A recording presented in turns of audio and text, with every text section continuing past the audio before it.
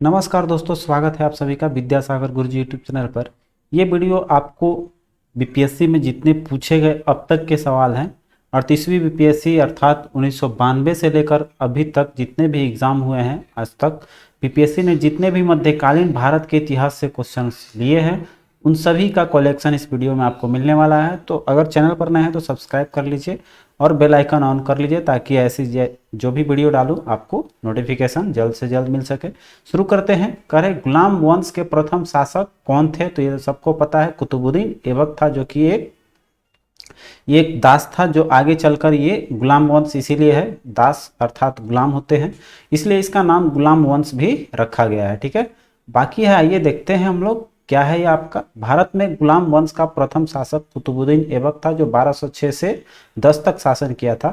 इसने ऐबक नामक एक तुर्क जनजाति का था, इसका जनजाति था ऐबक नामक, इसलिए इसका नाम कुतुबुद्दीन के साथ ऐबक भी जुड़ा हुआ है। ठीक है, ये एक बहुत ही आपको क्या बोलते हैं हम लोग, कुरान का बहुत बड़ा इसको ज्ञान भी था। तो यहाँ हम लोग आगे चलेंगे। तो बचपन में उसने निसापुर के काजी फखरुद्दीन अब्दुल आजी कुकी ने एक दास के रूप में खरीदा था। ठीक है ना, किसने?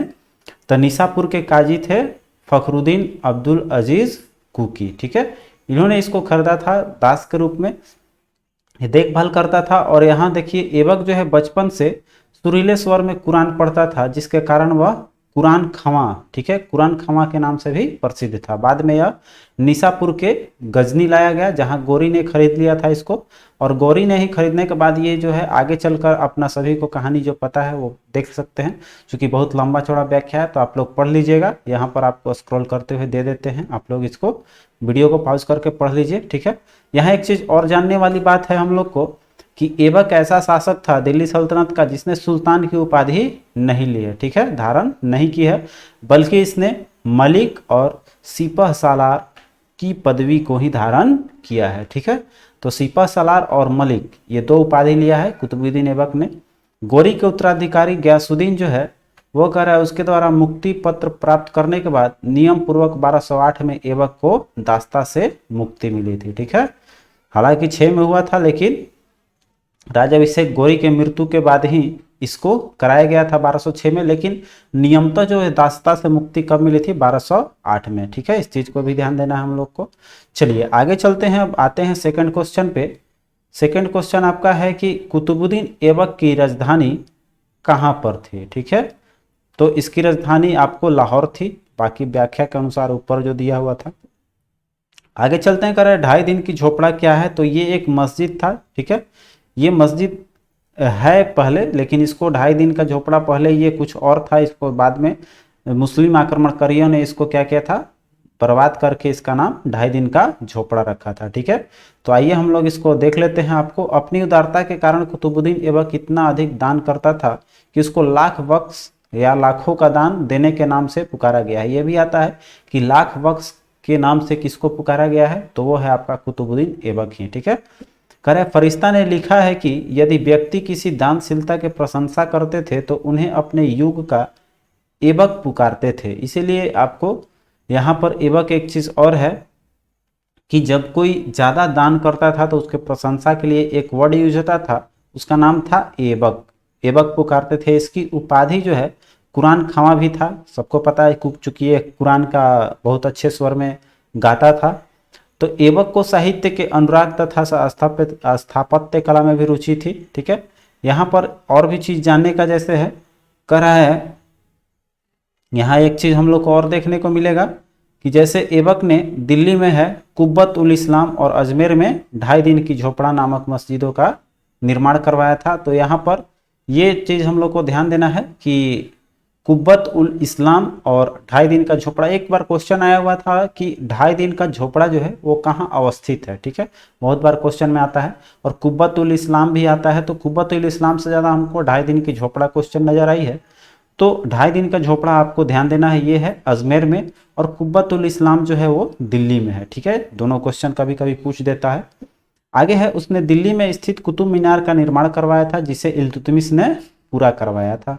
ठीक है, चलिए आगे चलते हैं। कह भारत में मोहम्मद गौरी ने किसको प्रथम अक्ता प्रदान किया था? ठीक है, अक्ता मतलब इक्ता हो गया वही आपका तो कह रहा है कि गोरी की विजयों के बाद शीघ्र ही उत्तर भारत में अक्ता प्रथा स्थापित की गई थी। ठीक है, गौर के मोहम्मद शाम गौरी कुतुबुद्दीन ऐबक को 1191 में हाँसी अक्ता या इक्ता जिसको बोला प्रदान किया गया। ठीक है, फिर कह रहा है 1192 में तराइन के द्वितीय युद्ध में उसने अपने महत्वपूर्ण भूमिका निभाई। उनके कार्यों से प्रसन्न होकर मोहम्मद गौरी उसे क्रमशः कुहराम और समाना के प्रशासक नियुक्त कर दिया था। ठीक है, बाकी व्याख्या जो है वो देख लीजिए, बहुत क्वेश्चन है, हम लोग को देखते हुए निकलना है फटाफट से। ठीक है, आगे देखते हैं। कह रहा है बिहार के प्रथम मुस्लिम विजेता कौन था। बिहार का अगर बात करेगा तो आपका हो जाएगा बख्तियार खिलजी। ठीक है, बिहार के प्रथम मुस्लिम विजेता था बख्तियार खिलजी। ये क्वेश्चन देखिए आया हुआ है, और प्रैक्टिस सेट जो मैंने कराया है बीपीएससी सीडीपीओ का, उसमें भी ये सब क्वेश्चन आपको देखने को मिली होगी। ठीक है, तो यहाँ देखिए मोहम्मद गोरी एक साधारण दास इख्तियारुद्दीन मोहम्मद बिन बख्तियार खिलजी ने 1193 से 1202 ईस्वी के मध्य बिहार की विजय की तथा नालंदा एवं विक्रमशिला बिहार को तहस नहस कर राजधानी उदयपुरी पर कब्जा कर लिया था। ठीक है, इसी का देन है कि मेरा नालंदा यूनिवर्सिटी जो है, नालंदा विश्वविद्यालय, वो क्षतिग्रस्त किया गया था बख्तियार खिलजी द्वारा ही। ठीक है, ये एक मोहम्मद गोरी का दास था। ठीक है, आगे चलिए। कह रहा है कि उसने 1204 में बंगाल पर आक्रमण किया। उस समय वहां का शासक कौन था? लक्ष्मण सेन। ये क्वेश्चन आता है आपका, तो उस समय कौन था? लक्ष्मण सेन था। बाकी देख लीजिए आप लोग, यहाँ पर आपका है कि यह जो है युद्ध बिना ही भाग निकला था। कौन? लक्ष्मण सेन। तुर्की सेना ने राजधानी नदियों में प्रवेश कर बुरी तरह लूटपाट की थी। राजा की अनुपस्थिति में नगर के आत्मसमर्पण कर दिया था।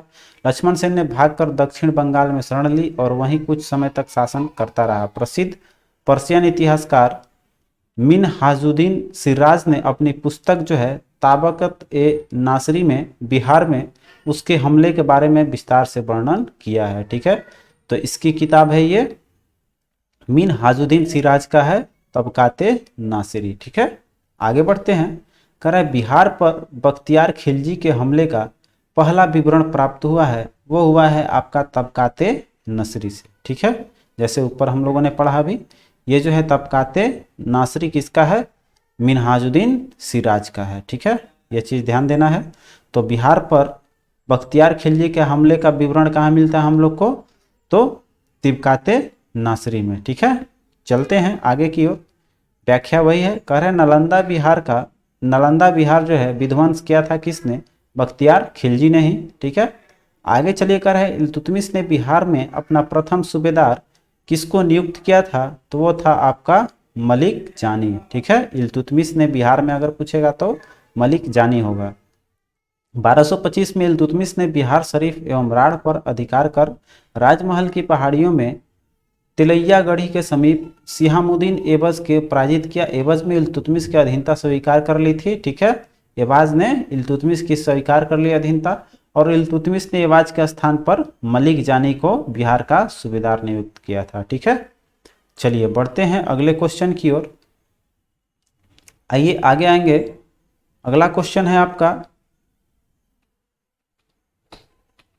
करा आपका कि वह प्रथम मुसलमान शासक कौन था जिसने शासन के सिद्धांत, ठीक है, थ्योरी ऑफ किंगशिप को राजाओं के ईश्वरीय अधिकार सिद्धांत, जिसको डिवाइन राइट बोलते हैं, थ्योरी ऑफ डिवाइन राइट के सम्मान प्रतिपादित किया था। ठीक है, तो बलवन ने। ठीक है, कहने का मतलब ये जो है शासन के सिद्धांत जो है वो ईश्वरीय अधिकार सिद्धांत के समान प्रतिपादित, माने ईश्वर के समान जो है वो उस तरह के किया था आपका बलवन। ठीक है, बलवन प्रथम मुस्लिम शासक था जिसने शासन के सिद्धांत को राजाओं के ईश्वरीय अधिकार सिद्धांत के समान प्रतिपादित किया था। इसके अनुसार सुल्तान पृथ्वी पर ईश्वर की प्रतिनिधि है और उसका स्थान पैगंबर के पश्चात है। और राजा कह रहा है, राजा जिल्हे अल्लाह और जिल्हे इलाही अर्थात ईश्वर की प्रतिबिंब है। उनके पुत्र बुगरा खां ने कहा था, सुल्तान का पद निरंकुशता का सजीव प्रतीक है। ठीक है, ये भगवान से तुलना करते हैं, लेकिन इसका जो पुत्र है बलवन का, बुगरा खां, वो सुल्तान को एक निरंकुश का साक्षात प्रमाण मानता है। दोनों में कितना अंतर है? ठीक है, राजा जो था वो कहता था जिल्ले अल्लाह और या फिर जिल्ले इलाही, जिसका अर्थ होता है ईश्वर का प्रतिबिंब। ठीक है, चलिए आगे चलते हैं। कह रहा है कि किस दिल्ली सुल्तान ने रक्त एवं लौह की नीति अपनाई थी। ऐसे तो बीपीएससी में आया हुआ है, लेकिन ये क्वेश्चन और भी कंपटीशन के लिए बहुत इंपॉर्टेंट है। ठीक है, तो ध्यान दीजिएगा, बहुत लोग कंफ्यूज करते हैं इसमें, कभी कभी कोई मार देता है इल्तुतमिश, तो ध्यान देना, हम लोग को बलवन होता है। तो रक्त और लौह की नीति किसका हो जाएगा, बलवन होगा हमेशा। क्लियर है। बलवन के विषय में कहा गया है कि उसने रक्त और लौह की नीति अपनाई थी। बलवन के राजत्व सिद्धांत के दो मुख्य विशेषताएं थी। प्रथम था कि सुल्तान के पद ईश्वर के द्वारा प्रदत्त होता है, और द्वितीय यह था कि सुल्तान के निरंकुश होना आवश्यक है। तो इसीलिए जो है इसका पुत्र जो है बोलता है क्या, ऊपर में हम लोगों ने पढ़ा कि इसका पुत्र इसीलिए बोलता है कि निरंकुशता का साक्षात प्रमाण जो है वो राजा थे, मतलब उसके पिता हैं। ठीक है, तो लेकिन बलवन का मानना था, जो ये कहना था कि सुल्तान ईश्वर के द्वारा प्रदत्त होता है, वो ईश्वरीय देन है, और सुल्तान के निरंकुश होना भी आवश्यक होता है। उसके अनुसार जो है सुल्तान पृथ्वी पर ईश्वर का प्रतिनिधित्व होता है, जिसके बोला गया है नियामत ए खुदाई, और उसका स्थान पैगंबर के पश्चात होता है। करे सुल्तान को कार्य करने की प्रेरणा और शक्ति ईश्वर से प्राप्त होती है, इस कारण जनसाधारण या सरदारों को उसके कार्यों का आलोचना का अधिकार नहीं है। क्लियर है। चलते हैं आगे, देखते हैं। करे जब उसने राजत्व प्राप्त किया तो वह शरीयत के नियमों और आदेशों की पूर्णतः स्वतंत्र था। वर्णी ने यह कथन किस सुल्तान के लिए कहा है। ठीक है, तो ये कहा गया अलाउद्दीन खिलजी के लिए बोला है बर्नी ने। ठीक है, क्या बोला था, जब उसने राजत्व प्राप्त किया तो वह शरीयत के नियमों और आदेशों से पूर्णतः स्वतंत्र था। ठीक है, यहाँ बाकी जो है उसका व्याख्या यहाँ पर आप लोग पढ़ सकते हैं, आपके लिए दिया जा रहा है, आप इसको वीडियो को पॉज करके पढ़ लीजिएगा। चलते हैं अगले क्वेश्चन की ओर। अगला क्वेश्चन आपका है कि अलाउद्दीन खिलजी के प्रसिद्ध सेनापति में किसकी मंगोलों के विरोध लड़ते हुए मृत्यु हो गई थी। ठीक है, तो ये जफर खां था। ठीक है, आइए इसका हम लोग आंसर देखते हुए चलते हैं। देखिए आपका कर अलाउद्दीन खिलजी के प्रसिद्ध सेनापति जफर खां जो है मंगोलों के विरुद्ध लड़ता हुआ मारा गया, जो अपने समय के श्रेष्ठ और साहसी सेनापति था। ठीक है, जफर खां के शौर्य और भारतीय सेना की सुदृढ़ता से मंगोल इतने प्रभावित हुए कि उसी रात को 30 कोस पीछे हट गए और वापस चले गए। ठीक है, चलिए अगला क्वेश्चन देखिए, कर रहा है रानी पद्मिनी का नाम अलाउद्दीन की चित्तौड़ विजय से जोड़ा जाता है। ठीक है, उसके पति का नाम क्या था। ठीक है, पद्मिनी के पति का नाम क्या था भाई, तो राणा रतन सिंह था। ये तो सबको लगभग पता होगा। तो पद्मिनी की कहानी का आधार 1540 ईस्वी में मलिक मोहम्मद जायसी द्वारा लिखित काव्य जो है वो पद्मावत में उसकी व्याख्या की गई है। कर है उसके अनुसार जो है पद्मिनी चित्तौड़ के राजा रतन सिंह की अत्यंत सुंदर और विदुषी पत्नी थी। ठीक है, अमीर खुसरो ने सुलेमान और रानी सौबा के प्रेम प्रसंग का उल्लेख अपने ग्रंथ में किया है। ठीक है, यहाँ ध्यान दीजिएगा, अमीर खुसरो का पुस्तक है। ठीक है, जिसमें कि सुलेमान और रानी सौबा के प्रेम प्रसंग का व्याख्या किया है, और उसने अपने संकेतों में अलाउद्दीन की समानता सुलेमान और पद्मिनी के तुलना उसने अपने संकेतों में जो है अलाउद्दीन की समानता सुलेमान से किया है। ठीक है, और पद्मिनी की तुलना सैबा से किया है। ठीक है, जो आप यहाँ रानी सैबा का प्रेम प्रसंग का देख रहे हैं अमीर खुसरो का, उसी का इसमें व्याख्या आपको देखने को मिलेगा। ठीक है, आगे चलिए। कह रहा है कि संभवतः इसी आधार को मानकर मलिक मोहम्मद जायसी ने पद्मावत की रचना की और राणा रतन सिंह की रानी पद्मिनी की कहानी बनी है। चलिए आगे चलते हैं। कह रहा है कि अलाउद्दीन खिलजी के आक्रमण के समय देवगिरी का शासक कौन था, तो रामचंद्र देव था उस समय देवगिरी का शासक। अलाउद्दीन के आक्रमण के समय देवगिरी का शासक रामचंद्र देव था। 1296 में देवगिरी के शासक रामचंद्र देव ने अलाउद्दीन खिलजी के सफल आक्रमण से बाध्य होकर उसे प्रतिवर्ष एलिचपुर की आय भेजने का वादा किया था, परंतु 1305 ईस्वी में अथवा 1306 में, दोनों का कोई लगभग समय नहीं निश्चित नहीं है, उसको दिल्ली नहीं भेजा, जिस कारण 1307 में अलाउद्दीन ने मलिक काफूर के नेतृत्व में एक सेना देवगिरी पर आक्रमण करने के लिए भेजा। राजा रामचंद्र देव युद्ध में पराजित हुआ और उसने आत्मसमर्पण कर दिया। चलिए आगे चलते हैं। करें किस सुल्तान के काल में खालिसा भूमि अधिक पैमाने पर विकसित हुआ था? तो खालिसा देखिए बहुत इंपॉर्टेंट क्वेश्चन है आपका। ये खालिसा भूमि किसके समय में ज्यादा प्रचलित था? अलाउद्दीन खिलजी का। ठीक है, ये क्या है आइए आपको यहाँ पर पढ़ लेते हैं। कर अलाउद्दीन की राजस्व और लगान व्यवस्था का मुख्य उद्देश्य एक ही चीज था, शक्तिशाली और निरंकुश राज का स्थापना करना। ठीक है, राजस्व और लगानी इसलिए ज्यादा किया था क्योंकि मेरा साम्राज्य ज्यादा शक्तिशाली हो, निरंकुश राज्य का स्थापना कर सकें। उसने उन सभी व्यक्तियों को भूमि छीन ली जिसने वह मिल्क राज्य द्वारा प्रदत्त संपत्ति, इनाम, इमदाद, पेंशन और वक्फ, जिसको हम लोग धर्मार्थ प्राप्त भूमि बोलते हैं, उस सब क्या किया कि वो छीन लिया। जिसको कि हम लोग जैसे उसमें मिल्क था तो मिल्क के अंतर्गत क्या क्या आता था आपका? तो उसके अंतर्गत कोई भी संपत्ति दिया जाता था, इनाम दिया जाता था, इंदारत और पेंशन दिया जाता था। वक्फ क्या था? वक्फ जो है वो धर्मार्थ, जो आपको धर्म के लिए भूमि दिया जाता है, जैसे मस्जिद निर्माण के लिए दिया गया, वो भूमि क्या है आपको? वो सब क्या किया आपको? अलाउद्दीन खिलजी ने उसको अपने तरफ ले लिया। फलतः खालिसा भूमि अधिक पैमाने पर विकसित हुई। इसी भूमि का नाम दिया गया खालिसा। चलिए आगे चलते हैं। करा अलाई दरवाजा का निर्माण किस सुल्तान ने करवाया था? तो नाम से ही लग रहा है अलाई में है आपका अलाउद्दीन खिलजी। अलाई दरवाजा का निर्माण सुल्तान अलाउद्दीन खिलजी ने कुतुब मीनार के निकट करवाया है। इसका निर्माण लाल पत्थरों तथा संगमरमर से हुआ है। यह 1311 ईस्वी में बनकर तैयार हुआ था। ठीक है, अलाई दरवाजा। करे इल्तुतमिश के मकबरे की तरह इसमें एक चौकरे बड़ा कमरा है। इसके छत पर एक गुंबद है और इसके चारों ओर दीवारों का एक मेहराबदार प्रवेश द्वार बनाया गया है। अगले क्वेश्चन को देखिए आपका। कर है आपका कि दिल्ली के किस सुल्तान ने सबसे ज्यादा नहरों का निर्माण करवाया था? तो ये फिरोज शाह तुगलक का देन है। नहरों का अत्यधिक निर्माण कराना, सिंचाई व्यवस्था का प्रबल बनाना, ये फिरोज शाह तुगलक के शासनकाल का हुआ है। ठीक है, तो सिंचाई की सुविधा के लिए सबसे उन्होंने 5 बड़ी नहरों का निर्माण करवाया। फिरोज तुगलक उलेमान वर्ग की स्वीकृति के पश्चात हक ए सर्ब नामक सिंचाई कर लगाने वाले दिल्ली के प्रथम सुल्तान था। ठीक है, तो आता है कि हक ए सर्ब जो है वो किसने लगाया था? तो फिरोज शाह तुगलक ने। या किस पे लगाया भी जाता था? तो ये आपका सिंचाई पे। सिंचाई सर्ब से याद होगा शरबत, तो शरबत पानी जैसी होती है, तो पानी से ये रिलेटेड है आपका, पानी सिंचाई व्यवस्था है। इसमें क्या होता था कि जो सिंचाई के लिए नहर पानी प्रयोग में लाते थे तो पैदावार उसमें 1/10 भाग जो है वो कर देते थे आपको, सरकार को। ठीक है, आगे चलते हैं। कर फिरोज तुगलक द्वारा स्थापित जो है दार उल सफ़ा, ये भी आया क्वेश्चन है और भी कंपटीशन में आता है।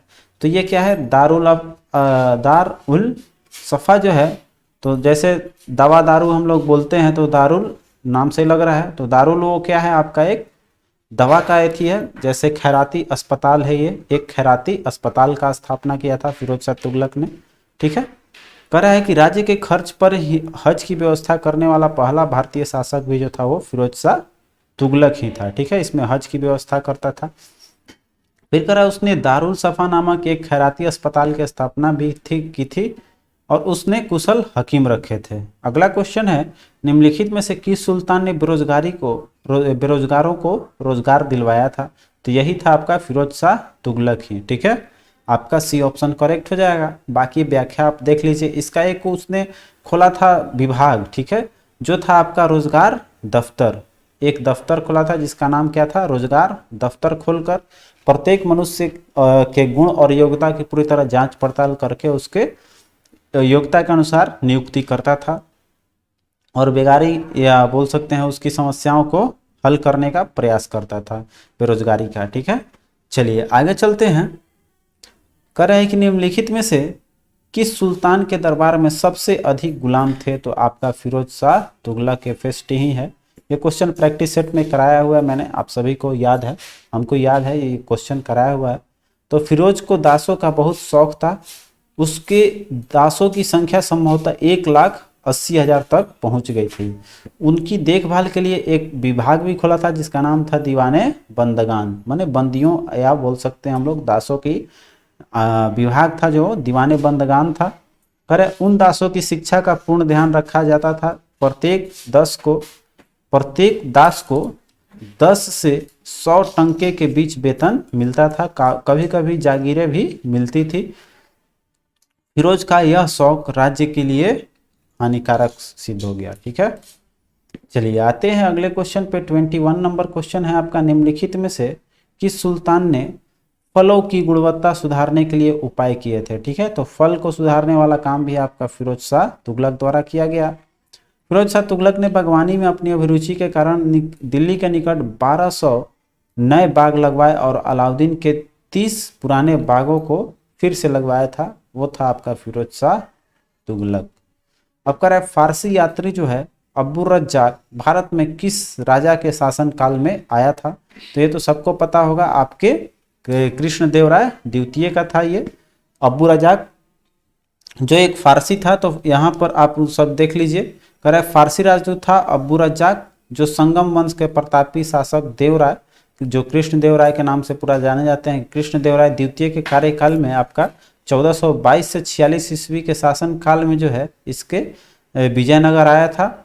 और अपने यात्रा वृत्तांत जो है वो लिखा है इसने किस में, अब्बुल रजाक। उसका किताब का नाम है सद्दाइन बा मज्जम उल बहरीन। ठीक है, इसमें उसकी शासन काल का भी वर्णन किया है। अगला क्वेश्चन देखिए, कह रहा है तैमूर के आक्रमण के बाद भारत में किस वंश का राज स्थापित हुआ था। तो उसके बाद हुआ सैयद वंश का। तैमूर के आक्रमण तुगलक शासन को कमजोर कर 1412 में नसरुद्दीन की मृत्यु के साथ ही तुगलक वंश का अंत होता है। ठीक है, अब कह रहा है 1413 ईस्वी में सरदारों ने दौलत खां को दिल्ली का सुल्तान चुना, परंतु उसे दौलत खां के सूबेदार खिज्र खां ने पराजित किया। वह तैमूर द्वारा नियुक्त लाहौर का सूबेदार था। और तैमूर के आक्रमण के बाद जो है 1414 में क्या होता है कि दिल्ली पर अधिकार कर एक नया वंश का स्थापना करता है आपका सैयद वंश। ठीक है, चलिए आगे चलते हैं। करें निम्नलिखित में से किस सुल्तान ने एक नगर बसाया जहां अब आगरा है। तो आगरा को किसने बसाया था, अभी वर्तमान आगरा को सिकंदर लोदी ने। ठीक है, ये देखिए 17 जुलाई 1489 ईस्वी को निजाम खां सुल्तान सिकंदर शाह के नाम से सिंहासन पर बैठता है। फिर वो क्या है कि लोदी वंश का महानतम शासक बनता है। और सिकंदर लोदी ने राजस्थान के शासकों पर नियंत्रण के उद्देश्य से यमुना नदी के किनारे आगरा नामक एक नगर का बसाव करता है। उसने जो है कृषि और व्यापार की उन्नति के लिए प्रयत्न किया है। नाप का पैमाना ये जो है गज ए सिकंदरी रखा था। ठीक है, प्रारंभ किया था, जिसमें था कि आपको निर्धनों से मुक्ति, भोजन की व्यवस्था की। उसके समय में योग्य व्यक्ति जितने भी है, अब इसके बारे में यहाँ पर आप लोग देख सकते हैं, जो भी दिया व्याख्या आप लोग पढ़ लीजिएगा। अब यहाँ पर एक देखिए गुलरुखी उपनाम की कविताएं लिखता था कौन, सहनाई। यहाँ पर आप लोग देखेंगे गायन विद्या का ये जो किसके बारे में बात कर रहा है, शुरू से पढ़ना पड़ेगा हम लोग को। तो यहाँ पर देखते हैं किसका है ये गुलरुखी। तो ये जो हम लोग सिकंदर लोदी है आपका, वो क्या है, सॉरी सिकंदर, ये जो है यही इसी का देखिए ये सब दिया हुआ है आपका कि इसका जो किसका है, उसने स्वयं को आदेश का एक आयुर्वेदिक ग्रंथ का फारसी में अनुवाद किया जिसका नाम फरहंगे सिकंदरी रखा है। ठीक है, तो यहाँ पर ध्यान देने की बात है, फरहंगे सिकंदरी क्या है, एक आयुर्वेदिक ग्रंथ है जिसकी रचना सिकंदर ने किया है। और उसके समय के गायन विद्या का भी एक श्रेष्ठ ग्रंथ कह रहा है लज्जते ए सिकंदर शाही जो है। तो यहाँ पर जो है सिकंदर शाही की भी रचना लज्जत ए, ये क्या है आपका गायन विद्या का श्रेष्ठ ग्रंथ है, ये भी सिकंदर शाह का ही है। तो यहाँ पर एक और क्वेश्चन है आपका, सिकंदर लोदी शहनाई सुनने का बहुत शौकीन था और इसी का सिकंदर शाह का ही है आपका गुलरुखी उपनाम से कविता लिखता था। ठीक है, तो ये चीज सारी जानकारी की बहुत अच्छी है। आगे चलिए कह रहे हैं क्वेश्चन की विजयनगर के उस पहले शासक का पहचान करें। ठीक है, जो जिसने बहमनियों से गोवा छीना था। तो वो था हरिहर द्वितीय, जिसने कि आपको बहमनियों से गोवा को छीना।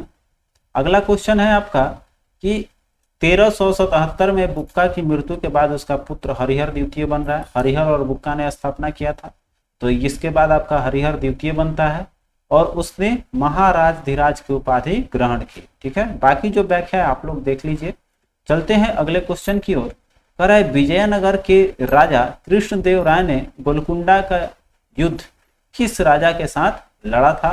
तो ये तो कुली कुतुब शाह का था। कुली कुतुब शाह, कृष्णदेव राय ने लड़ा था आपको कुली कुतुब शाह के गोलकुंडा का युद्ध। ये भी क्वेश्चन बहुत बार आया हुआ है आपका। चलिए इसका व्याख्या देख लीजिए। कह रहा है कि विजयनगर के राजा कृष्णदेव राय ने गोलकुंडा के युद्ध, गोलकुंडा के सुल्तान उस समय तत्कालीन था कुली कुतुब शाह के साथ लड़ा था। गोलकुंडा में कुतुबशाही वंश की स्थापना कुली कुतुब शाह ने की थी, और जब कृष्णदेव राय उड़ीसा के साथ युद्ध में व्यस्त था तब कुतुब शाह ने विजयनगर की सीमा पर स्थित पांगल एवं गुटनूर के दुर्ग पर आक्रमण किया तथा वारंगल, कोंडविल्ली आदि के किले जीत लिए। उसके पश्चात तब है विजयनगर पर आक्रमण करने का प्रयास किया, और कृष्णदेव राय ने इसका बीच में फिर बाद में संघर्ष होता है जिसमें कुतुबशाही सेना हार जाती है। ठीक है, अगला क्वेश्चन देखते हैं। 27 नंबर कर रहा है आपका विजयनगर साम्राज्य के वित्तीय व्यवस्था की मुख्य विशेषता क्या थी? तो उसका भू राजस्व जो था वो सबसे अधिक थी। तो विजय उस समय कितना था? उपज का 1/6 भाग भूमि कर के रूप में वसूल की जाती थी। ठीक है, तो 1/6 भाग वसूली होता था, जिसमें कर है शिष्ट नामक कर राज्य की आय का प्रमुख स्रोत था। ठीक है, जो शिष्ट, इसका भूमि कर का नाम क्या रखा गया था? शिष्ट। करें केंद्रीय राजस्व विभाग को 58 कहा जाता था उस समय। क्या नाम दिया गया है? 58। विजयनगर, यहाँ पर विजयनगर साम्राज्य को ध्यान दीजिएगा, इसके वित्त विभाग को क्या बोला गया है? 58, जो कि इसका और उपनाम है अस्थवन और अथवन भी इसको कहा गया है। चलिए अगला क्वेश्चन है विजयनगर साम्राज्य का अवशेष कहाँ मिलता है? तो ये हम्पी के आसपास में है। तो हम्पी के खंडहर जो वर्तमान कर्नाटक में है आपका, विजयनगर साम्राज्य के प्राचीन राजधानी का प्रतिनिधित्व करता था।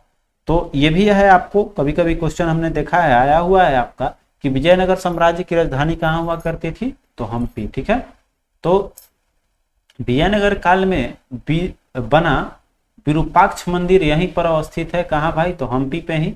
हम्पी जो है यूनेस्को के विश्व विरासत स्थलों की सूची में भी आपका ऑलरेडी शामिल है। ठीक है, चलते हैं अगले क्वेश्चन की ओर।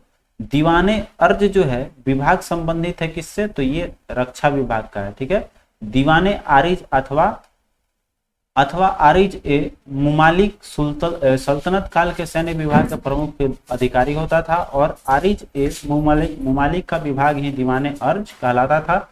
इस विभाग की स्थापना बलबन ने की थी। ठीक है, आगे देखते हैं शिवाजी की राजधानी कहाँ थी? तो शिवाजी ने अपनी राजधानी कहाँ बनाया था भाई? ये रायगढ़ में था। आते हैं व्याख्या देखते हैं हम लोग। 1674 ईस्वी में शिवाजी ने अपना राज्य अभिषेक करवाया था, और छत्रपति की वहीं पर उपाधि रायगढ़ के किले में लेते हैं। तो यहाँ पर देखिए ये सब चीजें दिए हुआ, छत्रपति की उपाधि धारण की और रायगढ़ को अपनी राजधानी बनाए हैं। उसी युग के महान विद्वान बनारस के पंडित, ये भी क्वेश्चन है आपका, विश्वेश्वर, या फिर इनका नाम जहां तक ज्यादा मिलेगा गंगा भट्ट ने उन्हें क्षत्रिय घोषित करते हुए उनका राज्याभिषेक कराया था। ठीक है, तो राज्याभिषेक किसने कराया था? क्वेश्चन आता है आपका गंगा भट्ट ने। आगे देखिए सरजामी प्रथा किससे संबंधित थी? तो सरजामी प्रथा जो है वो मराठा का भू राजस्व प्रथा था। अगला है मराठा काल में इसमें व्याख्या दिया हुआ है आपका, मराठा काल में जो है सरंजामी प्रथा जो है भू राजस्व प्रथा से संबंधित थी। ठीक है, इस काल में मराठा जागीरदारों की सरंजामी भूमि उसके निर्वहन के लिए प्रदान की जाती थी। तो ये जागीरदारों को मिलता था। ठीक है, आगे चलिए। कह रहा है बहमनी राज्य के संस्थापक कौन थे आपको? तो अलाउद्दीन हसन। अब कह रहा है ढक्कन के अमीरान ए सद्दाह के विद्रोह के परिणाम स्वरूप मोहम्मद बिन तुगलक ने शासन काल के अंतिम दिनों में यहाँ पर बहमनी साम्राज्य की स्थापना किया है। जफर खां जो है नामक सरदार ने अलाउद्दीन हसन बहमद शाह की उपाधि धारण करके 1347 में सिंहासनारूढ़ हुआ है, सिंहासन पे बैठा है और बहमनी साम्राज्य की नींव रखा है। ठीक है, तो कहने का मतलब जो है ये जो है जफर खां आगे चल के, जिसका नाम हसन गंगू है, ये आगे चल के क्या करता है? नाम अपना रखता है अलाउद्दीन हसन बहमद शाह और यही चलकर आगे बहमनी साम्राज्य की स्थापना करता है 1347 ईस्वी में। ठीक है, बाकी जो है इसने अपना राजधानी बनाया और उसका नाम रखा है अहसानाबाद। ठीक है, तो ये सब चीजें हैं, बाकी व्याख्या आप लोग खुद पढ़ लीजिएगा वीडियो पॉज करके। चलते हैं अगले क्वेश्चन पे। कर है आपका, निम्नलिखित में कौन भूमि उत्पाद पर लगने वाला कर को इंगित करता है आपका? तो खराज तो लगता ही था आपका, फिर खराज के बाद आपका हो जाएगा खुमस, नहीं होगा आपका उस्र और मुक्तई। ये जो है तो 1 3 4 आपका दे ही रहा है, ऑप्शन डी दे रहा है। ठीक है, चलिए आगे चलते हैं, इसका देखते हैं व्याख्या। कह रहा है कि खराज, उस्र और मुक्ताई भूमि उत्पादन पर लगने वाले कर को इंगित करता था। ठीक है, जो खुमस है भूमि उत्पाद पर लगने वाला कर नहीं, बल्कि ये खुमस लूट का धन था, लूट के धन को बोला जाता था खुमस। इसमें जो आपका खुमस है, खुमस ये युद्ध के शत्रु राज्य की जनता से लूटा हुआ धन होता था। तो खुमस जो मुख्य रूप से वो लूटा हुआ धन होता था। इस लूट का 4/5 भाग सैनिकों में बांट दिया जाता था और 1/5 भाग राजकोष में जमा होता था।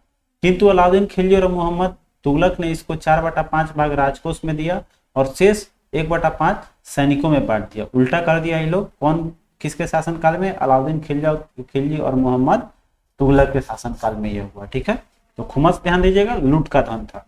सिकंदर लोदी ने गड़े हुए खजानों में कोई हिस्सा नहीं लिया है। आगे चलते हैं। पर किस सुल्तान ने जमीन में फसल की नपाई की आधा राजस्व के रूप में दावा किया था? तो यही है आपका अलाउद्दीन खिलजी। ठीक है, अलाउद्दीन खिलजी दिल्ली सल्तनत का पहला सुल्तान था जिसने भू राजस्व नीति में कुछ परिवर्तन किए थे। उसने उपज के 50% जो है 1/2 भाग आपका हो जाएगा, ये जो था आपको क्या किया था, भू राजस्व के रूप में ले लेता था, जिससे अनाज के रूप में लेने के लिए जोर दिया जाता था। वो चाहता था कि अनाज के रूप में ही 1/2 कर ले। इसमें है, इससे पूर्व बलबन और इल्तुतमिश ने भू राजस्व की उपज की 1/3 दर से अधिक नहीं लिया था। कहने का मतलब सबसे अधिक उसके शासन काल तक सबसे ज्यादा किसने लिया? अलाउद्दीन खिलजी ने ही लिया है, जो कि आपका 1/2 लिया है। बल्कि इससे अधिक लेने वाला जो बलबन था, इल्तुतमिश था, वो बेचारा 1/3 भाग तक ही लिया था, 1/3 भाग तक, लेकिन ये तो आधा ही ले रहा है। तो कुल मिलाकर जो है व्याख्या आप सभी लोग पढ़ सकते हैं। ठीक है, चलिए आगे चलते हैं अगले क्वेश्चन की ओर। कह रहा है कि शेख बहाउद्दीन जकारिया किस संप्रदाय के थे? तो ये सुहरावर्दी संप्रदाय का था। ठीक है, चलिए यहाँ पर संप्रदाय के बारे में आप सभी को बहुत अच्छे से सीडीपीओ का जो सेट बताया उसमें व्याख्या किया हुआ है। तो यहाँ पर देख लीजिए आप लोग कि सूफियों का जो थी होता था संप्रदाय, उसमें क्या क्या है।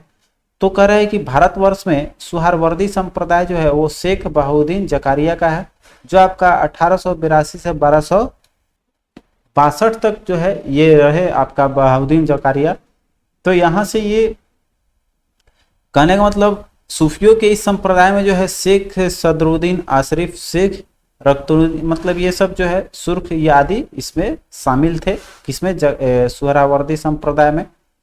इस संप्रदाय के संत जो है सुखमय जीवन पर बल देते थे, धन और संपत्ति को साधना में बाधक नहीं मानते थे। ठीक है, चलिए आगे बढ़ते हैं। कर इन शासकों में से किसने अपनी सैन्य टुकड़ी को 200, 250, 500 की इकाइयों में विभाजित किया था? ठीक है, तो यहाँ पर आपका शेर शाह का जो है वो पुत्र जो है इस्लाम शाह, उसने ये काम किया था, इस्लाम शाह ने। तो यहाँ पर ऑप्शन था आपका, इसमें शेर शाह केवल है, फिर इसमें आपका शेर शाह भी है और इस्लाम शाह भी है। ठीक है, तो यहाँ पर आते हैं, व्याख्या देख लेते हैं। ये ऑप्शन आपका दे रहा है, तो देखते हैं, हो सकता है 1 से अधिक हो जाए। तो यहाँ पर इस्लाम शाह जो है शेर शाह का पुत्र था। इस्लाम शाह ने पूरे उत्तर भारत में लगभग 8 वर्ष तक शासन किया और उसने आपकी मृत्यु कब हो जाती है? 1553 में।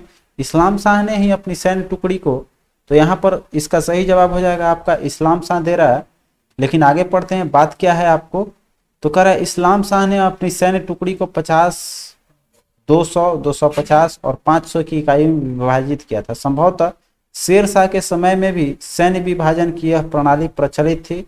ज्ञातव्य है कि बिहार लोक सेवा आयोग ने इस प्रश्न का आंसर ई माना था। ठीक है, तो ई माना है, इसका मतलब कि ये दोनों आपका हो जाएगा। आपका शेर शाह के समय में भी ये चीज था, माना जाता है कि शेर शाह के भी समय में था और इस्लाम शाह के भी समय में ये चीज था। तो जो आपका आयोग ने माना है वो ई ऑप्शन माना है, तो इसलिए ई दिया हुआ है। ठीक है, चलिए आगे चलते हैं। कह रहा है कि जवाबित का संबंध किससे था, तो वह है आपका राज्य कानून से जवाबित। ठीक है, अगला क्वेश्चन देखिए 38। कह रहा है सल्तनत काल के सिक्के टंका जो होता था यह ससगनी और जित्तल किन धातुओं के थे। तो सिक्का जो है, यहाँ पर सिक्का 3 है आपका, कौन कौन सा, टंका, ससगनी और जित्तल। तो इसमें तो कुछ आपको पता होगा, टंका जो होता था वो किसका होता था, चांदी का, और जित्तल जो होता था वो क्या होता था, तांबा का। यहाँ पर ये चीज दिया भी है। और ये जो है दोनों सिक्के इल्तुतमिश द्वारा प्रचलित किए गए थे। फिर इसमें एक जो है ससगनी, ये चांदी की सिक्के हुआ करते थे। ठीक है, तो ये जो है आपका ससगनी भी आपका चांदी हो जाएगा।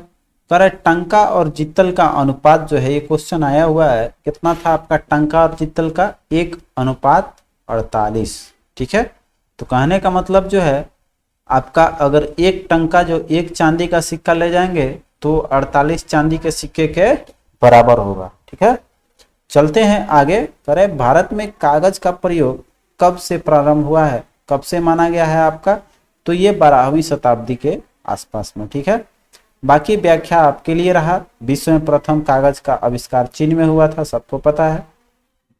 फिर कह रहा है कि भारत में कागज का प्रयोग ये जो है 12वीं सदी में हुआ। आशुतोष संग्रहालय कलकत्ता में 1105 में पेपर संरक्षित किया गया था। ठीक है, जिसका शीर्षक पंचरक्षा है। यह भारत में कागज के सबसे प्राचीन प्रमाण मिला है। चलिए आगे चलते हैं। करें तबकात ए नासिरी का लेखक कौन है आपके, महनाज उस सिराज। ठीक है, तो तबकाते ये जो है मिहनाज उस सिराज ग्रंथ है जो सुल्तान नसरुद्दीन को समर्पित किया गया है। यह ग्रंथ 23 अध्यायों में है। बाकी जो व्याख्या आप लोग है पढ़ लीजिए। अगला क्वेश्चन देखिए आपका कह रहा है 41। सभी भक्ति संतों के मध्य एक समान विशेषता थी। तो भक्ति संतों के बीच समान विशेषता क्या थे कि अपनी वाणी में ए दे रहा है, अपनी वाणी को उसी भाषा में लिखा जिसे उसके भक्त समझते थे। कहने का मतलब कि भक्तों को जिस भाषा में समझ में आए उसी भाषा में उन लोगों ने लिखा, इसलिए सभी भक्ति संतों के मध्य ये समानता रही है। चलते हैं अगले क्वेश्चन पे। बाकी ये जो है आप देख लीजिए व्याख्या। अगला क्वेश्चन है आपका कि निम्नलिखित में से किस सुल्तान ने निजामुद्दीन औलिया ने भेंट करने से इनकार कर दिया था। बहुत इंपॉर्टेंट क्वेश्चन है आपका। निजामुद्दीन औलिया गया था, निजामुद्दीन औलिया ने इनसे भेंट करने से इनकार कर दिया था। तो यहाँ पर ध्यान दीजिएगा, ये क्वेश्चन बहुत बार आ चुका है और के अलावे भी। इसी को बोला था दिल्ली अभी दूर है। ठीक है, तो कह रहा है शेख निजामुद्दीन औलिया ने 7 सुल्तानों का राज्य देखा। ये भी क्वेश्चन आपको आया हुआ है कि 7 सुल्तानों का राज्य देखने वाला कौन से संत थे या कौन से व्यक्ति थे, तो वो आपके शेख निजामुद्दीन औलिया, जो कि एक के बाद एक सत्तासीन होते रहे, किंतु वे कभी भी किसी के दरबार में नहीं गए थे। उसी तरह सुल्तान जलालुद्दीन ने शेख से मिलने का बहुत प्रयास किया था, शेख निजामुद्दीन से जलालुद्दीन, लेकिन जो है यहाँ तक उसने शेख के प्रिय शिष्य अमीर खुसरो के माध्यम से भी प्रयत्न किया, किंतु जब शेख को ज्ञात हुआ कि सुल्तान आने वाला है तो अजूधन चले गए थे। उस प्रकार औलिया ना तो सुल्तान से मिले और ना ही इनकार किया था। कहने का मतलब आपको जलालुद्दीन से भी नहीं मिल पाए। दूसरी तरफ जब अलाउद्दीन ने उनसे मिलने की आज्ञा मांगी तो शेख ने उत्तर में दिया कि मेरे मकान के 2 दरवाजे हैं, यदि सुल्तान एक द्वार आएगा तो मैं दूसरे द्वार बाहर चला जाऊंगा। ठीक है, ये कथन है आपका शेख निजामुद्दीन औलिया का। उन्होंने अलाउद्दीन से मिलने से इनकार कर दिया। वे महबूब ए इलाही के नाम से प्रसिद्ध थे। ठीक है, निजामुद्दीन औलिया जो है, शेख निजामुद्दीन औलिया, वो महबूब ए इलाही के नाम से जाने जाते हैं। चलिए आते हैं 43 नंबर क्वेश्चन देखते हैं। कह रहा है आपका कि 12 मासा की रचना जो है किसने की थी। तो ये आपका मलिक मोहम्मद जायसी का है 12 मासा। ठीक है, 12 मासा की रचना मलिक मोहम्मद जायसी ने की। जायसी की पद्मावत भी है आपका, इंपॉर्टेंट है। फिर आपका अखरावट भी है और आखिरी कलाम भी है। इसमें से पद्मावत जो है एक हिंदी साहित्य में महत्वपूर्ण स्थान रखता है पद्मावत। ठीक है, बाकी 12 मासा भी आपका मलिक मोहम्मद जायसी का ही है। अगला क्वेश्चन देखिए, कर रहा है कि पानीपत के युद्ध में बराबर की जीत का मुख्य कारण, पानीपत के युद्ध में जो है वो बाबर की जीत का मुख्य कारण क्या था। अब आ गया है मुगल काल जैसे कि चल रहा है, तो यहां पर आपका सैन्य कुशलता जो है उसकी अत्यधिक इसमें महत्वपूर्ण माना गया है। तुगलामा प्रथा ऐसे आप लोगों ने पढ़ा होगा, तो तुगलामा नीति जो है, नीति पूछता तब हम लोग पूछते, लेकिन यहाँ पर ध्यान दीजिएगा ऑप्शन में रहता है, यही है आपका पीसीएस लेवल का क्वेश्चन, जो कि सब रहेगा, लेकिन लाइन क्या कह रहा है आपका, सेंटेंस क्या आपसे पूछ रहा है, इस पे ध्यान दीजिएगा तो आपको सटीक जवाब मिलेगा। ठीक है, तो इसका बाबर की जीत का मुख्य कारण हम लोग बोलेंगे सैन्य कुशलता। ठीक है, चलिए बाकी जितनी सारी चीजें हैं आप यहाँ पर उसके बारे में पढ़ लीजिए। चलते हैं अगले क्वेश्चन पे। कह रहा है तुजुके बाबरी किस भाषा में लिखा गया। तो ट्रिक बताए थे कि तुजुके है तो तुर्क ले लेना है, सीधे सी बात है। ठीक है, ये बाबर का क्या है आपको ध्यान दीजिएगा, आधारशिला रखने वाले जो है जलालुद्दीन मोहम्मद बाबर ने जीवन ग्रंथ घटनाओं अपने स्वयं ही लिखा है, तुझके बाबरी का बाबरनामा। इसको एक और नाम ये तो सबको पता है, बाबरनामा का भी कहा गया है इसको, और इसने खुद अपने आप से ही लिखा था। यह किताब तुर्की भाषा में लिखा गया है, किंतु तुर्की मुगल दरबार में राजभाषा नहीं थी, वह फारसी था। ठीक है, मुगलों का दरबारी भाषा था फारसी, लेकिन वो फिर भी लिखा है तुर्क में ही। ठीक है, चलिए आगे चलते हैं। कह रहा है हुमायूं ने चुनार दुर्ग पर प्रथम बार आक्रमण कब किया था। 1532 ईस्वी में। उसने कह रहा है कि 4 महीने तक उसको घेरा था चुनार दुर्ग को, जिसके बाद शेर खान ने हुमायूं की अधीनता स्वीकार कर ली। इसके अतिरिक्त जो है 1531 में उसने कलिंजर पर आक्रमण किया और उसने 1532 में रायसीन के महत्वपूर्ण किले को जीत लिया था। ठीक है, चलिए आते हैं 47 क्वेश्चन देखिए। कह रहा है निम्नलिखित में से किसने अपने बादशाह के पति के लिए मकबरे का निर्माण करवाया है। तो ये तो सबको पता है आपका, ये जो है हाजी बेगम जो है अपने पति के लिए बनवाई थी, और ये जो माना जाता है कि भारत का प्रथम है, जो आपको इतिहासकार माना है कि ये प्रथम जो है भारत का मकबरा था, जो आपको इस कला में बनी हुई थी। पढ़ लीजिए आप लोग। हाजी बेगम ने अपने पति हुमायूं के मकबरे का निर्माण जो है 3 में 1564 में ये अपना बनवाई थी। इस मकबरे के नक्शा जो है मिर्जा गियास ने, जिसका एक ईरानी वास्तुकार था, किया था। श्वेत संगमरमर से बना यह भारत का प्रथम गुंबद वाला मकबरा था। यही बात बोल रहे थे, मतलब ये शैली में, इस शैली मतलब कि गुंबद जो है इसमें पहला बार यूज हुआ था, जिसमें कि आपका हुमायूं का मकबरा बनवाई थी आप उसकी पत्नी हाजी बेगम ने। ठीक है, इस मकबरे के परितः एक बाग की भी रचना हुई थी। चलिए आगे चलते हैं। कह रहा है हुमायूं नामा की रचना किसने की थी। तो ये गुलबदन बेगम ने किया था। तो यहाँ पर ये कौन थी, गुलबदन बेगम हुमायूं की बहन थी, तो उन्हीं ने ही आपको इसकी जीवनी लिखी है, हुमायूं नामा। ठीक है, चलिए बाकी जो है आप लोग यहाँ पर पढ़ लीजिए जो भी चीज दिया हुआ है आपको। चलिए आगे चलते हैं। कह रहा है एक चीज यहाँ दिखाई दे रहा है हमको कि गुलबदन के हुमायूं नामा की रचना भी इसी आदेशानुसार हुई थी। तो यहाँ पर देखिए किसके आदेशानुसार हुआ है, पढ़ लेते हैं। कह रहा है कि बादशाह अकबर ने अकबरनामा के प्रणयन के लिए सामग्री एकत्र करने के उद्देश्य से आदेश दिया कि बाबर तथा हुमायूं के राज्यकाल के विषय में जिसे कुछ भी स्मरण हो वह उसे लेखबद्ध करके, ठीक है ध्यान देना है, अकबर का ये तो आदेश था कि लेखबद्ध करके उसको प्रस्तुत करे। अतः अनेक लोगों ने इतिहास लिखना प्रारंभ किया और गुलबदन के हुमायूं नामा की रचना भी इसी आदेशानुसार हुई थी। ठीक है, तो यहाँ पर ध्यान दीजिएगा कि अकबर के आदेशानुसार ही क्या बोला था कि जितने भी मेरे पूर्वज रहे हैं, जैसे बाबर रहा, हुमायूं रहा, ठीक है, तो बाबर और हुमायूं के राज्यकाल के विषय में जो भी व्यक्ति जानता हो वो लिख कर हमको दे, मेरे समक्ष प्रस्तुत करे। उसी के आदेश पे गुलबदन बेगम ने भी हुमायूंनामा की रचना कर डाली थी। ठीक है, अब चलिए कर रहा है हुमायूं द्वारा लड़े गए 4 प्रमुख युद्ध को तिथि अनुसार आपको सजाना है। तो ये तो दिया हुआ है आपका ऑप्शन, देवरा, चौसा और कन्नौज के बाद आपका होता है सरहिंद का युद्ध। तो सरहिंद का तो युद्ध आप सभी को पता है, ये आपका उत्तराधिकारी का ही था। तो इसमें हम लोग आइए आगे चलते हैं, देख लीजिए इसमें जो भी है आपको दिया हुआ है स्पष्ट रूप से कि ये जो है आपका 1531 में गोमती के तट पर जो है वो आपका देवरा का या दौराह का युद्ध होता है। फिर आपका 39 में जो है चौसा का युद्ध होता है, ये जो है हुमायूं और शेर शाह के बीच में हो रहा है चौसा का युद्ध। फिर इसके बाद में आपका आएगा कन्नौज का युद्ध 40 में तुरंत। ठीक है, 17 मई 1540 में कन्नौज या बिलग्राम का युद्ध हुआ था, ये उल्टा हो गया था जिसमें शेर शाह से पराजित होना पड़ा था। और फिर जो है फिर से होता है सरहिंद का युद्ध। ठीक है, जब उसको सत्ता मिलता है, खोया हुआ सत्ता वापस मिलता है, तो ये आपका सरहिंद का युद्ध है जो आपका 1555 में लड़ा गया। ठीक है, चलिए अब आगे बढ़ते हैं हम लोग फटाफट से।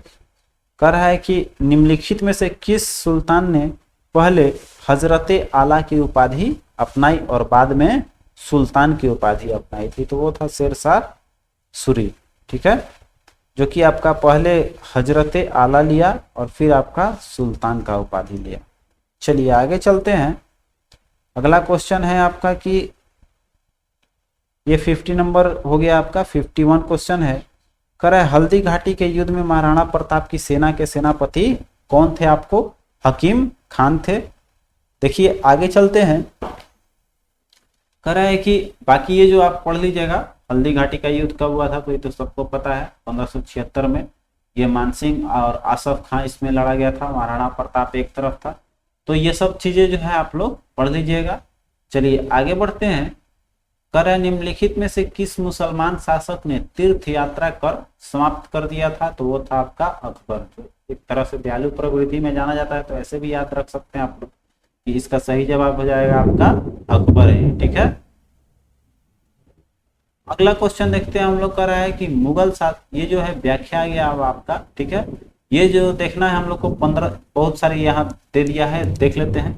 दास्ता का भी अंत करता है 1562 में, कंटिन्यू याद रखिएगा। ये भी ऐसे ही याद रखा है मैंने भी, तो आप लोग भी ऐसे याद रख सकते हैं कि 1562 में दास प्रथा का अंत किया। फिर 63 में आपका 30 से 63 हो जाएगा तीर्थ यात्रा कर, और 64 में हो जाएगा आपका जजिया कर को समाप्त किया था। ठीक है, ये कंटिन्यूअसली है आपका, तो याद रखने में भी आसानी रहेगा। चलिए आगे चलते हैं। ये व्याख्या हो गया आपका। ठीक है, अब आइए अगले सवाल पे। कह रहा है कि अकबर ने बंगाल तथा बिहार को मुगल साम्राज्य में कब मिलाया था आपका? तो 1576 में आपका जो 1572 में ये हो गया, 76 आपका हो जाएगा सही जवाब। देख इसमें जो है 1576 में आपका कौन सा युद्ध होता है? तो यहाँ पर आपका 1576 में हो जाएगा, यहाँ महाराणा प्रताप और 1576 का आपका हल्दी घाटी का युद्ध हो जाएगा। ठीक है, तो यहाँ से अकबर का हो जाएगा। तो ये कहने का मतलब हम लोग का है कि यहाँ से जो है अकबर के बंगाल और बिहार का मुगल साम्राज्य में मिलाया गया कब? 1576 का, वही है आपका हल्दी घाटी वाला युद्ध। ठीक है, तो इसी युद्ध से आपको निर्णय हुआ था, तो अकबर का बिहार और बंगाल का क्षेत्र अधिकार में आया था। ठीक है, बाकी जो है व्याख्या यहाँ पर देख लीजिए क्या दिया हुआ है। 12 मार्च 1576 को टोडरमल, मुजफ्फर खां और हुसैन कुली खां ने मिलकर दाऊद को पूर्णतः पराजित किया था। अच्छा, उस समय दाऊद का ये शासक दे रहा है, तो ये जो है दाऊद को पूर्णतः पराजित किया था। इस प्रकार 1576 में बंगाल का ये बंगाल वाला शासक है, और बिहार को पूर्णतः रूप से मुगल साम्राज्य में आपको मिला लिया था। ठीक है, तो 1574 में आते हैं, थोड़ा सा ऊपर देख लेते हैं। 1574 में बिहार पर मुगलों का आधिपत्य हो गया था। कब? ये आपको 1574 का है, और 1576 में फिर ये आपका बंगाल का करता है। तो पूर्ण रूप से 1576 तक बिहार और बंगाल दोनों में हो जाएगा। ठीक है, चलिए आगे चलते हैं हम लोग। अगला क्वेश्चन है आपका, भारत में किसके शासन काल में इंग्लिश ईस्ट इंडिया कंपनी का गठन हुआ था? तो यहाँ पर हो जाएगा आपका ईस्ट इंडिया कंपनी का गठन अकबर के शासनकाल में, तो इंग्लिश ईस्ट इंडिया कंपनी का है। तो ध्यान दीजिएगा, यहाँ दो क्वेश्चन फंसता है बार बार, जैसे कि यहाँ पर हो जाएगा, वो पहले भी आपको वो चीज़ बताया हुआ जब मैंने मुगल काल पढ़ा रहा था। तो जब भी आपको मिलेगा इंग्लिश ईस्ट इंडिया कंपनी तब अकबर होगा, ये चीज़ कॉमनली याद रखिएगा। तो भारत में यहाँ पर आपका है, भारत में किसके शासनकाल में इंग्लिश ईस्ट इंडिया कंपनी का हो, तो अकबर हो जाएगा सही जवाब। बाकी आप देख लीजिए, यहाँ पर और भी चीज़ दिया हुआ होगा, जैसे कि 1599 में लंदन में कुछ कंपनियों ने लॉर्ड मेयर की अध्यक्षता में एक सभा का आयोजन किया। इसके पूर्व द्वीप समूह में 7 व्यापार की योजना तैयार की गई। इन व्यापारियों ने पूर्व देशों के साथ व्यापार करने का आशय से 1599 ईस्वी में एक कंपनी का गठन किया। इसका नाम governor and company of merchant of London trading in to the East Indies रखा गया। इसे जो है जॉन कंपनी के नाम से भी जाना जाता है, क्योंकि ये जो है यहाँ पर देखिए आपका नाम जो पहले देख लीजिए क्या है आपका, ये नाम है आपको governor and company of merchants of London trading into the east India, जिसको हम लोग ईस्ट इंडियाज के नाम से जानते हैं शॉर्टकट में। इसे जॉन कंपनी भी कहा गया। इस दौरान भारत का बादशाह कौन था? अकबर। क्लियर है? जैसे कि शासनकाल भी इसका 1556 से 1605 तक रहा है शासनकाल अकबर का, तो उसी बीच में हो रहा है 1599 में आपका, या 1600 ईस्वी माना गया है। बाकी चलिए आगे देखते हैं। करा है कि एतमादौला का मुकाबरा आगरा में किसने बनवाया था? तो नूरजहां ने बनवाया था। अब देखिए एतमादौला का मुकाबरा नूरजहां ने 1622 से 28 के मध्य में अपने पिता की मृत्यु के बाद बनवाया। यह आगरा में जमुना नदी के तट पर स्थित अत्यंत अलंकृत इमारत है। किस नदी के किनारे है ये? यमुना नदी। चलिए आगे जो भी व्याख्या है आप देख लीजिए यहाँ पर, ठीक है। चलते हैं अगले क्वेश्चन की ओर।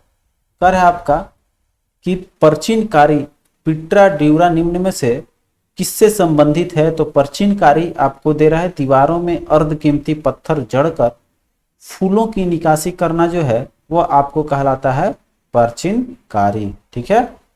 चलिए आगे चलते हैं, इसकी व्याख्या बाकी देख लीजिए। इसमें कह रहा है कि इसका जो है जुड़ाव कार्य सर्वप्रथम एतमादुल्लाह के मुकाबरे में किया गया था, जो कि अभी ऊपर क्वेश्चन था। इस मुकाबरे के निर्माण जो है जहांगीर की पत्नी नूरजहां ने करवाई थी, ठीक है, जो ऊपर अभी हम लोगों ने पढ़ा।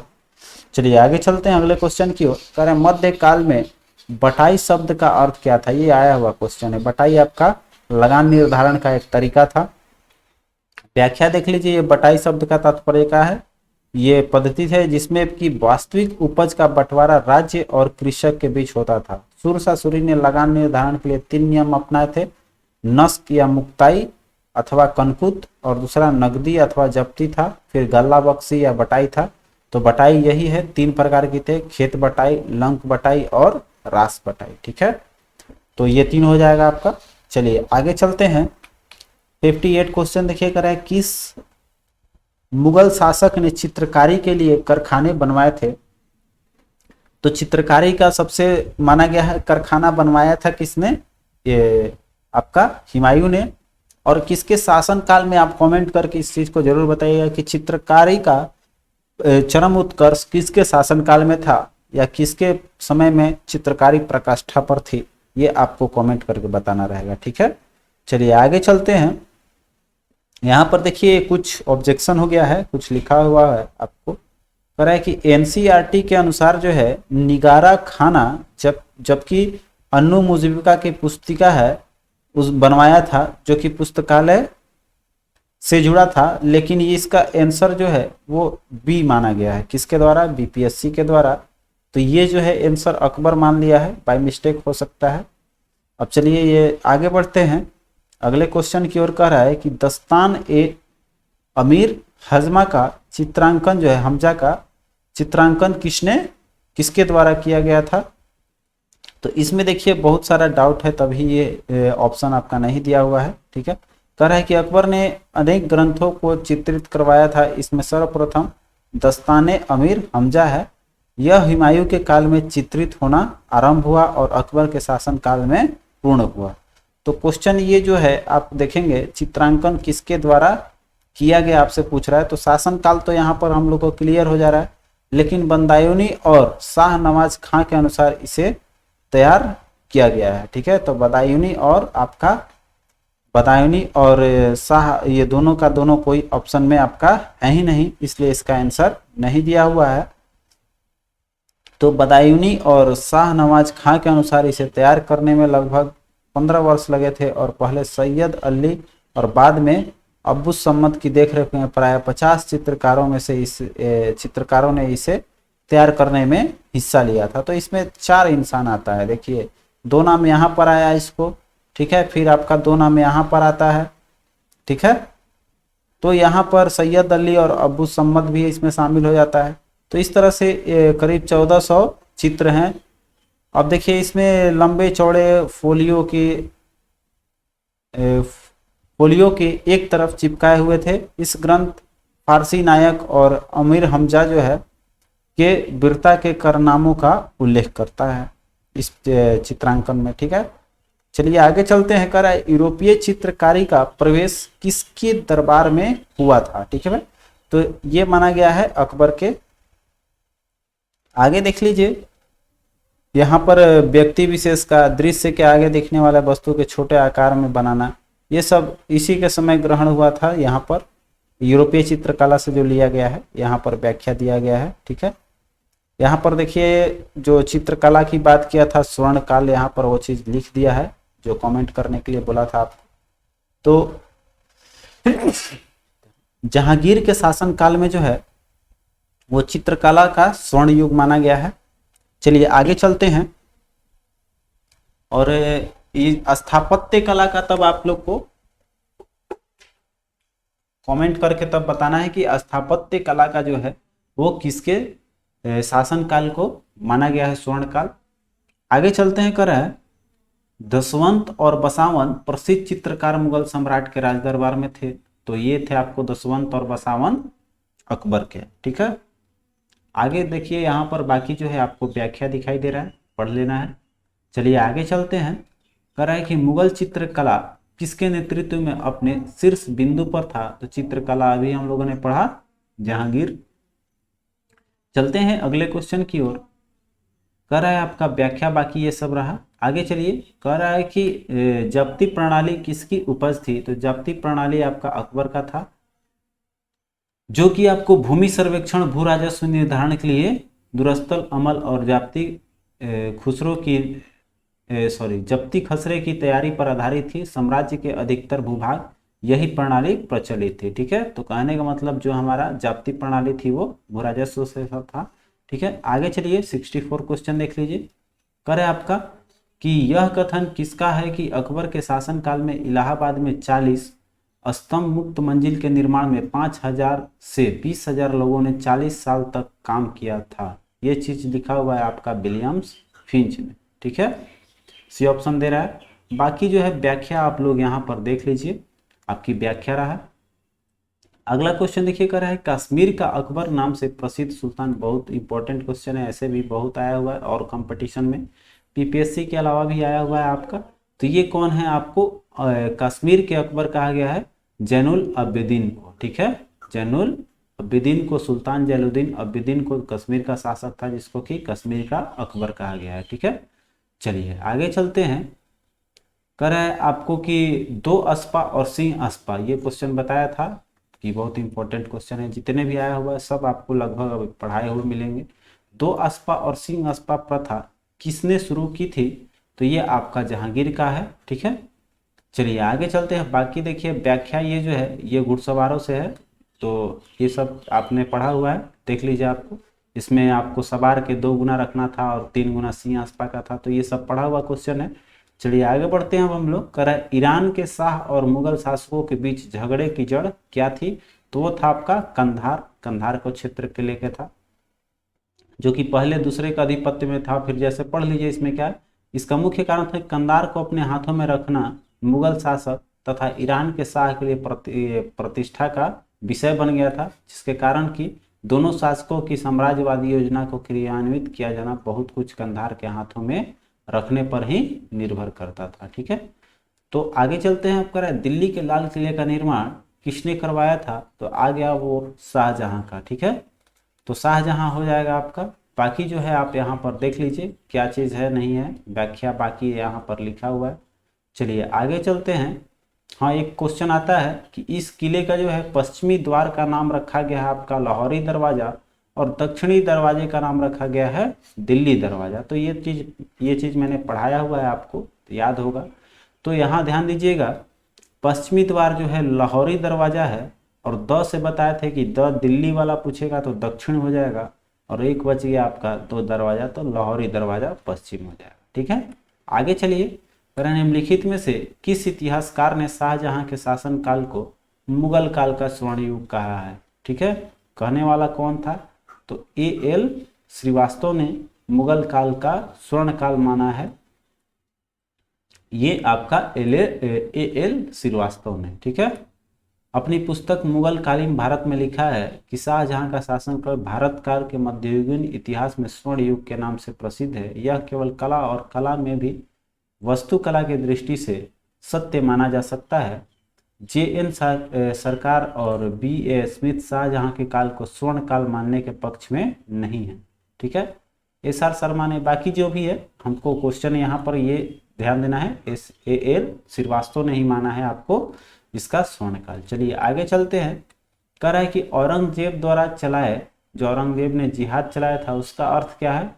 तो दारुल इस्लाम। ठीक है, इसके बारे में अच्छे से व्याख्या किया हुआ है मैंने पिछले वीडियो में। ठीक है, जो आपका दारुल क्या होता था, दारुल इस्लाम जो होता था उसको हम लोग क्या बोलते थे? तो ये होता था गैर मुसलमान। ठीक है, दारुल का मतलब गैर मुसलमान हो गया आपका। तो ये जो है धर्म युद्ध ही आपका ये जिहाद कहलाता है, एक लाइन में आपको दिया हुआ है। बाकी चीज़ें जो है वो आप सब लोग पढ़ लीजिएगा। ठीक है, चलिए आगे चलते हैं। कह रहा है कि पटना में किस सिख गुरु का जन्म हुआ था? तो ये गुरु गोविंद सिंह का जन्म स्थल है आपका पटना। चलिए इसका व्याख्या बाकी देख लीजिए। गुरु गोविंद सिंह सिखों के 10वें गुरु थे। इनका जन्म 1666 ईस्वी में पटना में बिहार में हुआ था, और मृत्यु इनका 7 अक्टूबर 1708 को नांदेड़ महाराष्ट्र में हो गई थी। ठीक है, आगे चलिए। कह रहे हैं मुगल प्रशासन में जो मुहतसिब है वो क्या था? तो मुहतसिब एक लोक आचरण अधिकारी था, जो आपका पद था मुहतसिब। इसके बारे में यहाँ पर व्याख्या आपको दिया हुआ है। ये जो है आचरण के निरीक्षण विभाग का प्रधान होता था, जन आचरण का मुहतसिब। उसका कार्य जो है प्रजा के आचरण को उच्च बनाए रखना था। आगे चलते हैं तो यहाँ पर देखेंगे कि पेशवाओं के नगर से निष्कासित कर एक नए स्थान पर बसाया गया, और उसका नाम रखा गया शैतानपुरी। ठीक है, तो वैश्याओं का नगर था आपका शैतानपुरी मुगलकालीन समय में। आगे देखिए, कर मुगल प्रशासन में मददे मास इंगित करता है किस चीज के लिए? तो ये जो है विद्वानों को जो दी जाने वाली राजस्व मुक्त अनुदत्त भूमि होती थी वो आपका कहलाता था मददे मास। ठीक है, इसका टैक्स वगैरह उन लोगों को देना नहीं पड़ता था। आगे चलते हैं। कह रहे हैं कि बाकी व्याख्या यहाँ आप देख लीजिए।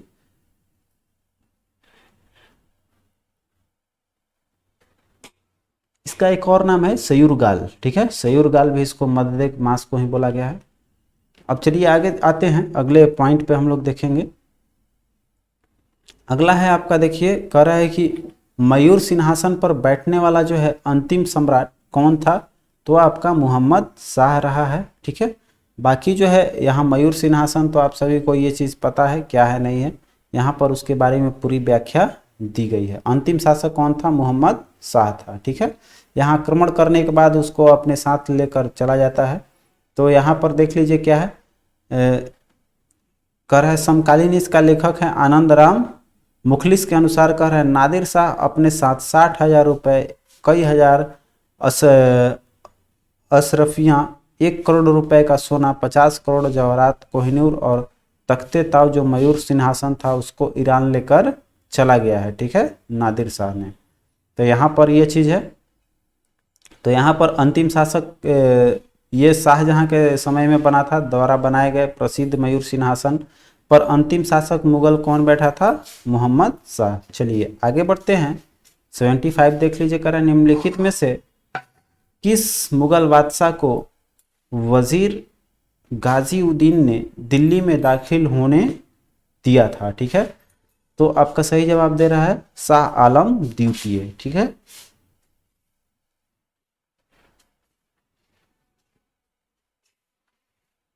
बाकी जो है अब इसमें क्वेश्चन बचा नहीं है आपको। तो शाह आलम द्वितीय के समय में ही दिल्ली पर अंग्रेजों का अधिकार हो गया था। यही है आपका अंतिम कहानी शाह आलम द्वितीय का। तो इतना ही आज के लिए रखते हैं। आज ये लास्ट क्वेश्चन था इसका, इसके बाद इसका स्क्रॉल नहीं हो रहा है, तो ये खत्म होता है यहीं पर। 75 क्वेश्चन थे टोटल मध्यकालीन भारत में आपका पूर्वालोकन में। तो मिलते हैं अगले वीडियो में, तब तक के लिए आप अपना ख्याल रखें। जय हिंद।